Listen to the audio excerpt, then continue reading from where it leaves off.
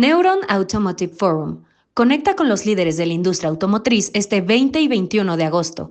Regístrate hoy en nuestra página web y sé parte de la conversación que está transformando la movilidad en México. Hola a todos y bienvenidos a una nueva edición más de Neuron Energy Talks. El día de hoy tenemos el gusto de platicar con Juliana Lugo, directora de Desarrollo Sostenible de Latinoamérica en HyperESG. ¿Cómo te encuentras el día de hoy, Juliana? Hola, hola, vale, muy feliz, muy emocionada de poder estar aquí compartiendo contigo y con todas las personas que nos van a ver en estos Energy Talks. Perfecto, muchísimas gracias. Y digo, ya para arrancar y entrar un poquito más en introducción y todo, cuéntanos qué es HyperESG, cuál es tu trabajo ahí, cuéntanos un poco. Bueno, nosotros acompañamos a las empresas a desarrollar y diseñar casos de negocio de sostenibilidad desde una mirada práctica, viable, eficiente y escalable. Nosotros creemos que la sostenibilidad debe estar dentro del core del negocio de la empresa y no como algo aparte. Y eso es lo que buscamos hacer cuando trabajamos y acompañamos a las empresas, sea desde una visión de circularidad, de gestión climática, etcétera. No, y como mencionas, ¿no? Al final del día, hoy más del 70% de estos CEOs en Latinoamérica pues aseguran, ¿no? Que esta sostenibilidad pues es una prioridad ya. Ya no nada más es un área por aparte, un nuevo departamento, un nuevo equipo, ¿no? Pero aquí se contempla, ¿no? Que menos de un 25% pues van a tener estas métricas claras, ¿no? Entonces, aquí mi primer pregunta y ya para entrar en materia de esta parte de consultoría, etcétera. ¿Cuál consideras tú que sería un error estratégico más común al integrar el ESG en estos modelos de negocio? Mira, nosotros creemos que la visión de la sostenibilidad debe darse en dos vías. Una, en la que el negocio dentro de su estrategia debe contemplar cuáles son esos riesgos externos, ambientales o sociales que pueden afectar su continuidad. Y ahí es donde hay una mirada dentro de lo estratégico que va más allá de solamente lo macroeconómico o lo que tiene que ver específicamente con el mercado y la materialización del modelo, ¿no? Sino cómo eso ambiental y social puede impactar las operaciones. Y la segunda mirada es también el negocio, entonces hace uso de ciertos recursos y demás, y además, digamos, como de buscar esa eficiencia o de buscar gestionarlos, también debe entender cuál es la disponibilidad que hay de esos recursos que va a necesitar el core de la compañía para materializar su modelo de negocio. Y ese te dije lo que creemos y creo, y a partir de eso, digamos que tú me preguntabas cuál crees que es un error estratégico, que no se está mirando en doble vía. Simplemente que se ha venido como mirando, creo que es un error mirar cómo la empresa impacta hacia afuera, pero está haciendo falta mirar cómo afuera puede impactar adentro y esa continuidad.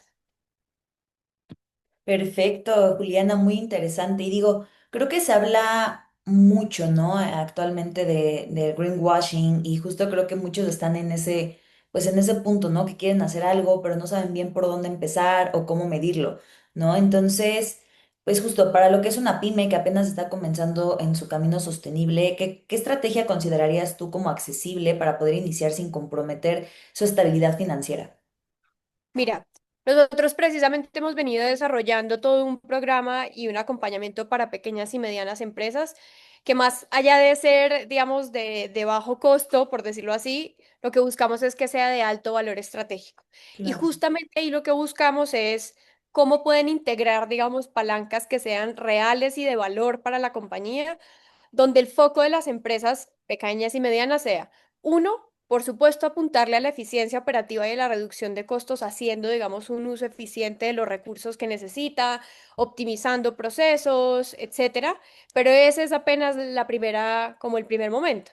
A partir de esto, cuando una empresa empieza a incorporar estas prácticas de sostenibilidad o circularidad, también puede empezar a pensar en la generación de nuevos ingresos y la creación de nuevos modelos de negocio que les permita tener incluso una perspectiva también amplia del mercado y de hacia dónde pueden llegar, de manera que al final, digamos, que puedan incorporar otras prácticas que garanticen esa continuidad. Entonces, lo primero siempre va a ser qué es lo que sabemos hacer, cuál es la necesidad que estamos resolviendo, qué recursos necesitamos y usamos, cómo los usamos de manera más eficiente. Luego miro afuera, digamos, cuál es la disponibilidad de esos recursos. Ejemplo, el tema de energía es si somos una empresa mediana de manufactura y dependemos altamente de este recurso como parte del proceso, ¿cómo yo me puedo ver afectado por la falta de infraestructura o de suministro, etcétera? Y eso, cómo me empiezo a preparar y lo incorporo dentro de mi planeación financiera para ver cómo lo voy gestionando poco a poco. Pero yo creo que las empresas no necesariamente es que tengan que ya entrar a contratar más equipos, más personas ambientales, más personas de sostenibilidad o expertas en temas sociales. Incluso el solo hecho de que el core, digamos, y los equipos estratégicos de liderazgo de las compañías empiecen a pensar en esta doble vía y a incorporar estrategias, ahí entra la innovación y la tecnología, etcétera, pueden empezar a desarrollar la sostenibilidad.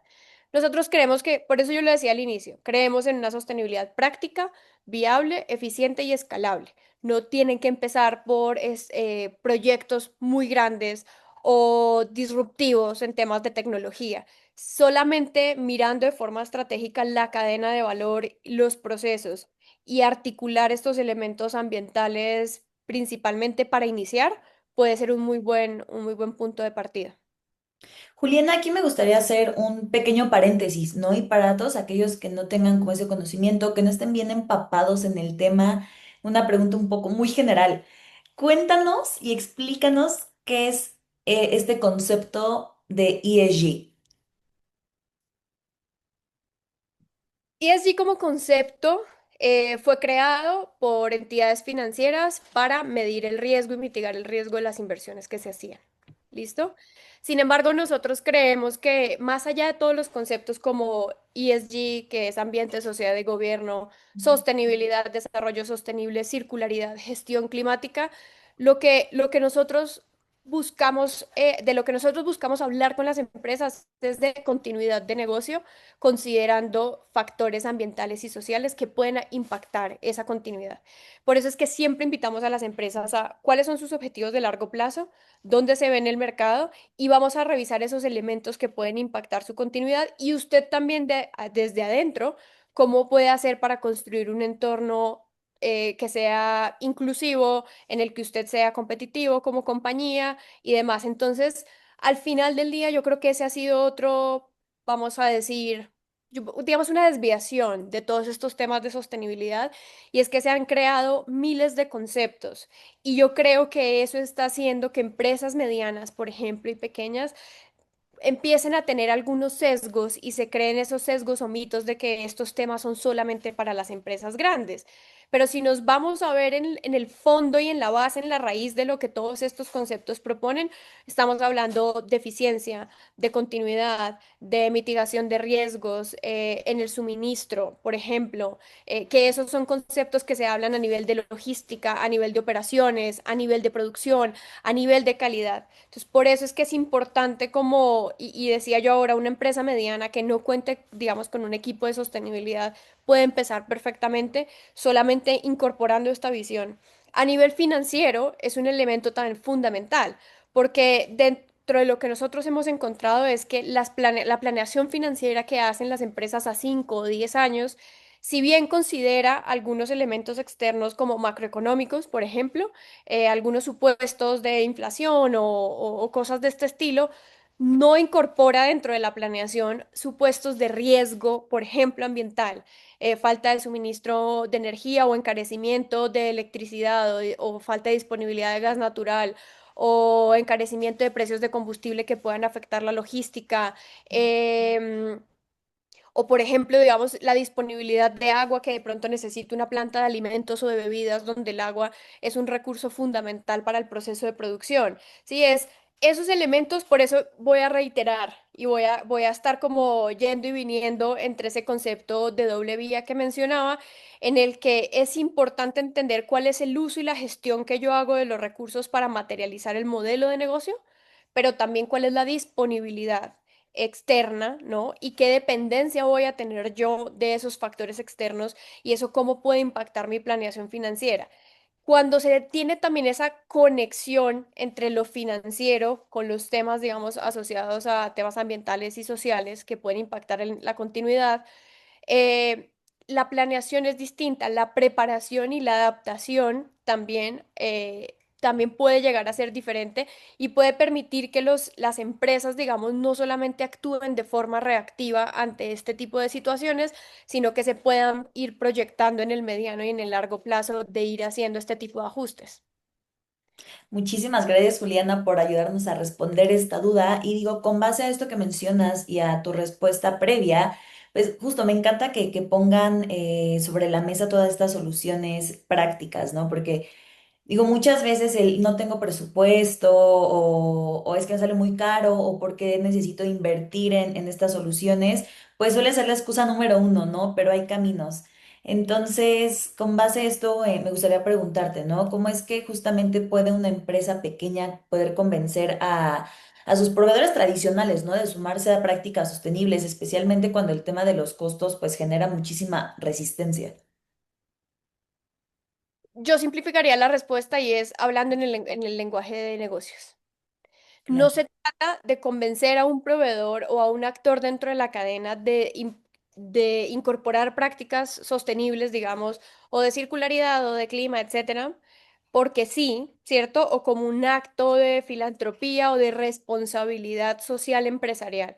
Se trata de, si se cambia este discurso y la perspectiva es una perspectiva de continuidad de negocio, donde se entiende la interdependencia que hay entre los actores, la empresa y el entorno, la conversación cambia, ¿sabes? Y Claro. yo creo que ese es un concepto súper importante y es la interdependencia. Un modelo de negocio no existe por sí solo, está rodeado de una cantidad de actores, empresas, personas, comunidades, pero también de recursos naturales que va a necesitar y que son administrados por personas, ¿sí?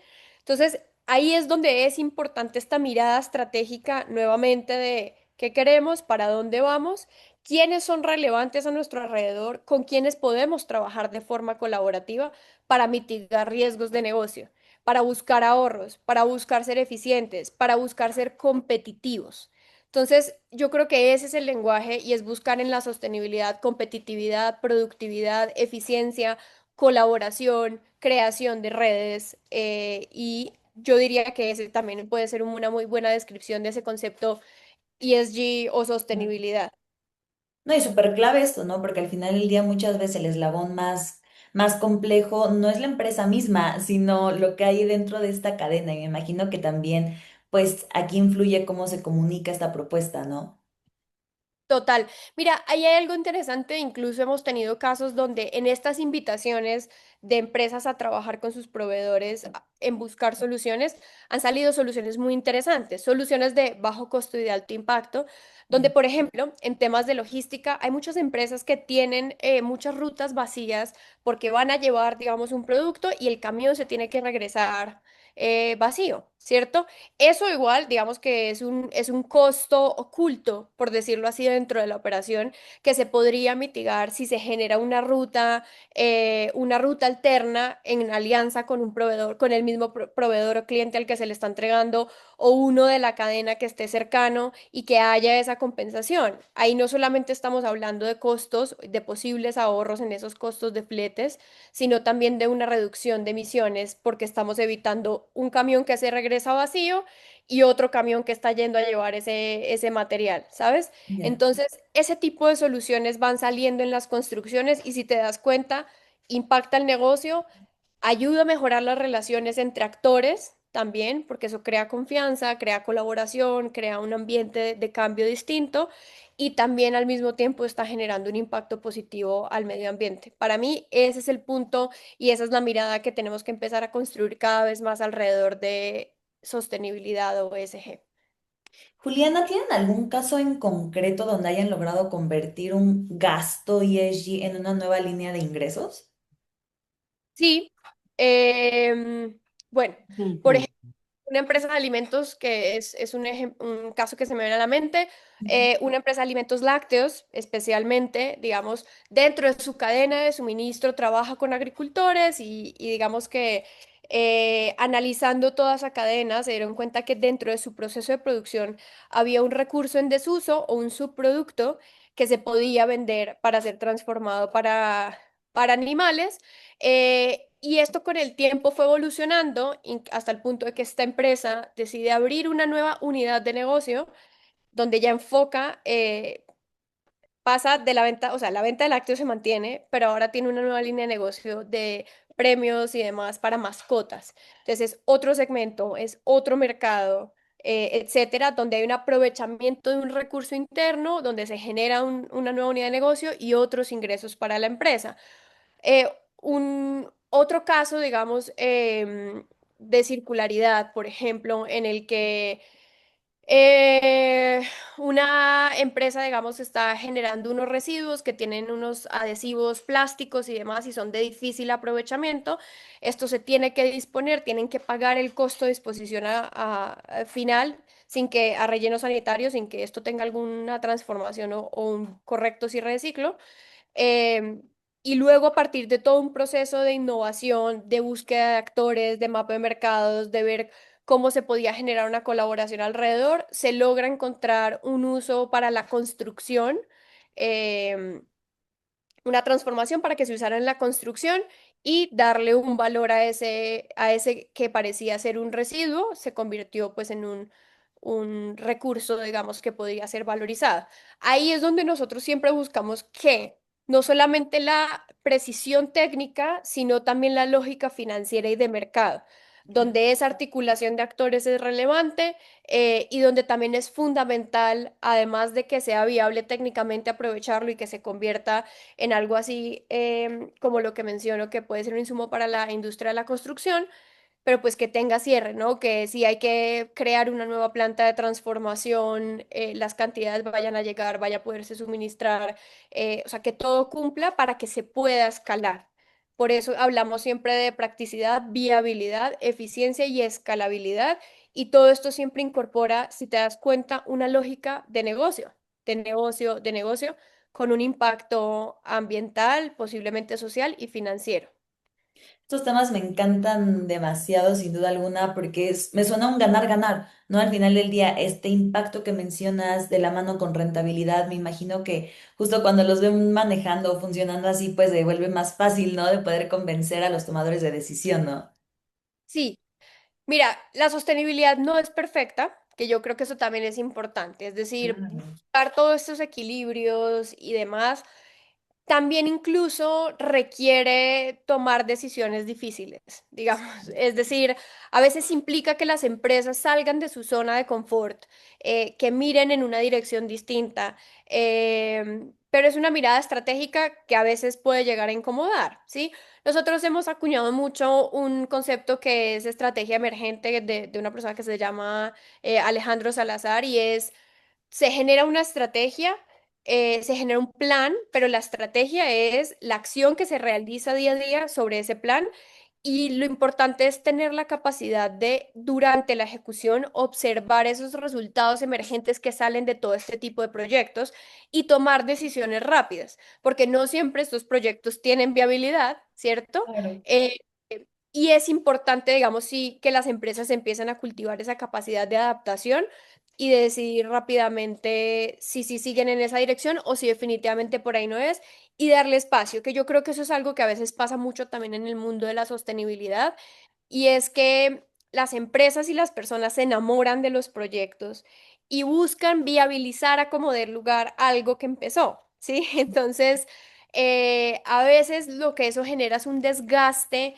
y va generando un sesgo donde se dice, no, es que no funciona, es que es caro, es que es difícil, es que no se puede, es que solo es para los grandes. Por eso también siempre tratamos de incorporar mucho esta visión de iteración, donde vamos a pasar a la acción, vamos a testear, vamos viendo qué resultados emergentes hay, adoptamos, ajustamos o desechamos, ¿no? Y seguimos avanzando. Siempre enfocados en la misma dirección del negocio, hacia dónde va el negocio, qué es lo que se busca, agrega valor sí o no, y continuamos. Y hace un momento, ¿no? Mencionabas esta parte de la circularidad, ¿no? Y mucha gente pues todavía asocia economía circular solamente con el tema de reciclaje, ¿no? Que mi pregunta es, ¿qué modelo innovador crees tú que se esté como subutilizando en Latinoamérica y por qué valdría la pena apostarle ahora a esta alternativa?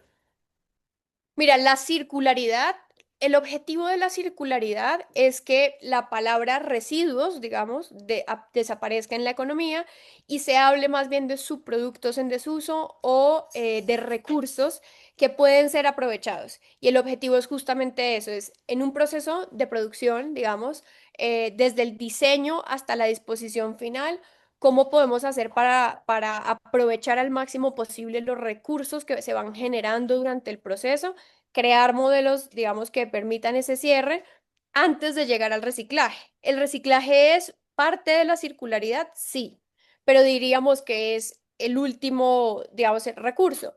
La Fundación Ellen MacArthur dice que el 80% del impacto de la circularidad está dentro de los procesos de diseño, tanto de los procesos de producción como del diseño de empaques, envases, etcétera, y cómo se piensa un modelo de negocio desde el inicio para asegurar que al cierre de ciclo, digamos, como que se van a lograr todos estos cierres que yo te decía. Por eso para nosotros los casos o los modelos de negocios circulares tenemos una metodología, de hecho, sobre cómo diseñar modelos de negocios circulares. Es una de las palancas fundamentales. Y por otro lado, la economía circular lo que busca lograr es reducción de costos vía eficiencia y optimización, creación de o generación de nuevos ingresos vía modelos de negocio y aprovechamiento de esos subproductos en desuso o recursos, y asegurar la continuidad del negocio en el tiempo. Eso es lo que busca lograr. Entonces, yo invitaría, digamos, a las empresas a explorar desde esa visión. Nosotros para eso tenemos una metodología y un software que se llama Gradual, donde en un mes una empresa tiene un plan accionable y claro que le puede mostrar en qué momentos puede alcanzar esos tres hitos, ¿no? Eficiencia, modelos de negocio y continuidad. Y cómo eso se incorpora dentro del core de la empresa sin necesidad de tener que contratar grandes equipos, digamos, de sostenibilidad o ambientales, porque al final del día ese también es el objetivo y es que las personas que están liderando las áreas core de la compañía se apropien de esto y esa capacidad instalada y la visión continúe en el tiempo. No, pues muy interesante, Juliana. Digo, yo hasta hace no mucho pensaba que también la economía circular pues era sinónimo únicamente de reciclar, ¿no? Pero qué bueno que se ponga sobre la mesa pues eso que mencionas, que se aterrice de una forma más correcta y más sensata, ¿no? Ahora, digo, te voy a cambiar un poco de tema, un poco drásticamente, pero ¿en qué herramienta digital, como tipo, no sé, blockchain o inteligencia artificial, etcétera, ¿no? Que está ahorita como muy en su auge? ¿Considerarías tú que tiene como este mejor retorno para lo que son las pymes que pues quisieran ser más sostenibles? Mira, una herramienta sencilla de trazabilidad ya es un elemento de valor para una empresa pequeña y mediana. Digamos que al final del día una plataforma que le permita a la compañía documentar los KPIs que tiene de eficiencia, de efectividad, documentar sus procesos de cadena y generar la trazabilidad sobre el uso de recursos que usa, agua, energía, materiales, envases y empaques, residuos que genera. Solamente la posibilidad, digamos, de empezar a documentar esa información ya le da a la compañía mediana o pequeña la posibilidad de tomar decisiones basadas en datos.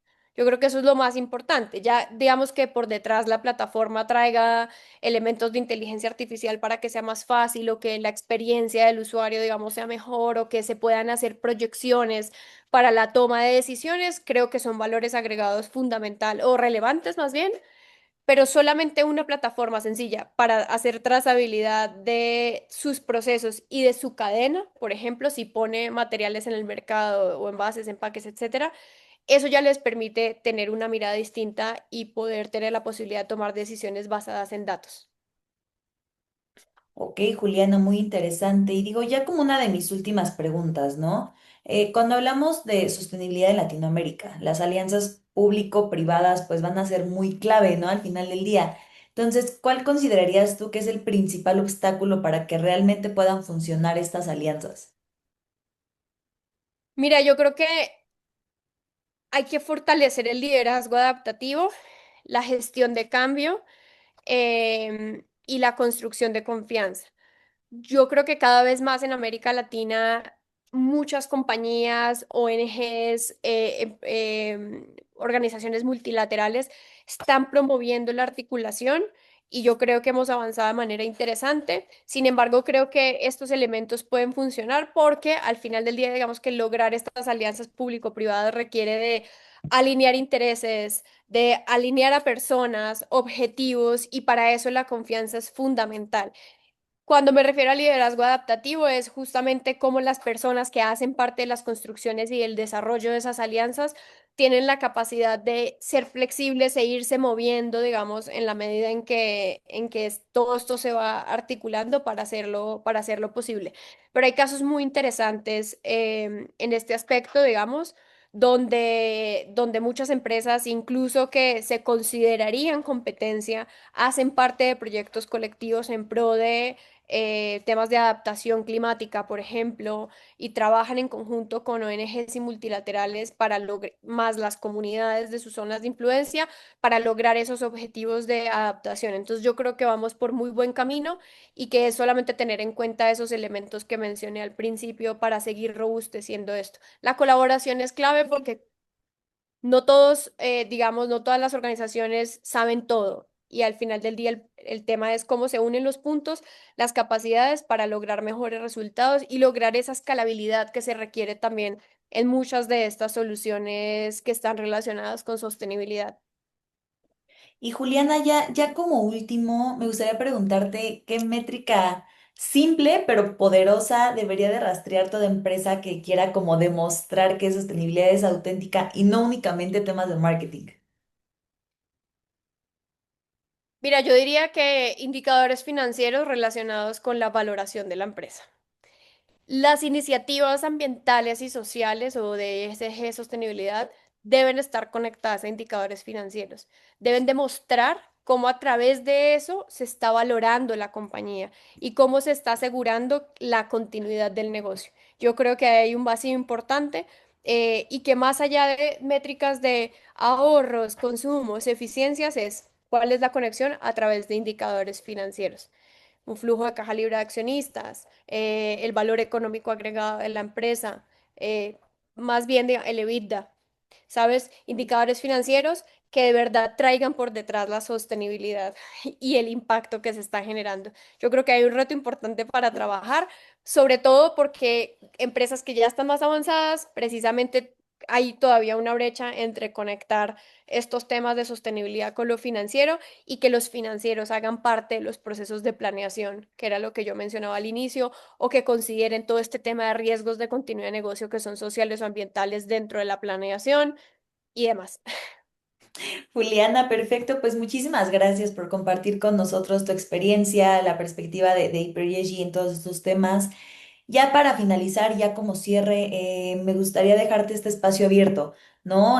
Para que les dejes un mensaje final a todas aquellas empresas que estén tratando de implementar este tipo de estrategias ESG a sus empresas, desde una empresa chica, mediana, grande. Cuéntanos un poquito ya para cerrar. A ver, yo diría asegurar la continuidad del negocio implica mirar no solamente adentro, sino también hacia afuera. Implica entender cómo lo ambiental o lo social es o una palanca o una barrera para la continuidad del negocio. Digamos que tiene que ser una sola estrategia, tiene que estar integrado. La estrategia de negocio debe incorporar lo social y lo ambiental para que se mantenga en el tiempo. Es posible, se puede empezar desde pasos pequeños e irlo incorporando en grande dentro de las organizaciones y embebido en el centro del negocio. Eso es lo fundamental, no que se vea como algo que es separado o que hace un área externa o un área aparte, sino que esté en la conversación de todas las áreas de la compañía: compras, logística, mantenimiento, producción, operaciones, etcétera. Entonces, la invitación es más modelos de negocios circulares, más visión sistémica de parte de los modelos de negocio y buscar entender la interdependencia que tiene un modelo de negocio con su entorno. Pues Juliana, muchísimas gracias por contarnos un poco más de su visión y todo lo que están haciendo en HyperESG. Ya por último, ¿dónde podemos encontrarlos? ¿Cómo podemos contactarte si queremos pues seguir implementando todo esto? Claro que sí. Podemos darles resultados y planes accionables en un mes. Nos pueden encontrar en www.hiperesg.com.mx, también en LinkedIn. Y bueno, si se puede, podemos dejar luego mis datos dentro de la publicación, Claro que pero sí. estamos abiertos y felices de buscar soluciones sostenibles, circulares, que impacten la continuidad del negocio y que les permita seguir creando valor como empresas. Pues Juliana, ha sido un verdadero placer conversar contigo el día de hoy, pues sin duda estaremos atentos a futuras evoluciones, éxitos y su trayectoria y pues todo lo que están logrando, ¿no? Y pues sin duda te estaremos viendo en una próxima entrevista, ¿no? Más a futuro. Gracias a ti por la invitación. Espero que este espacio haya sido de valor para quienes nos escuchen. Sin duda alguna y a toda nuestra audiencia, pues nos vemos en una próxima edición más de Neuroenergy Talks. Hasta luego.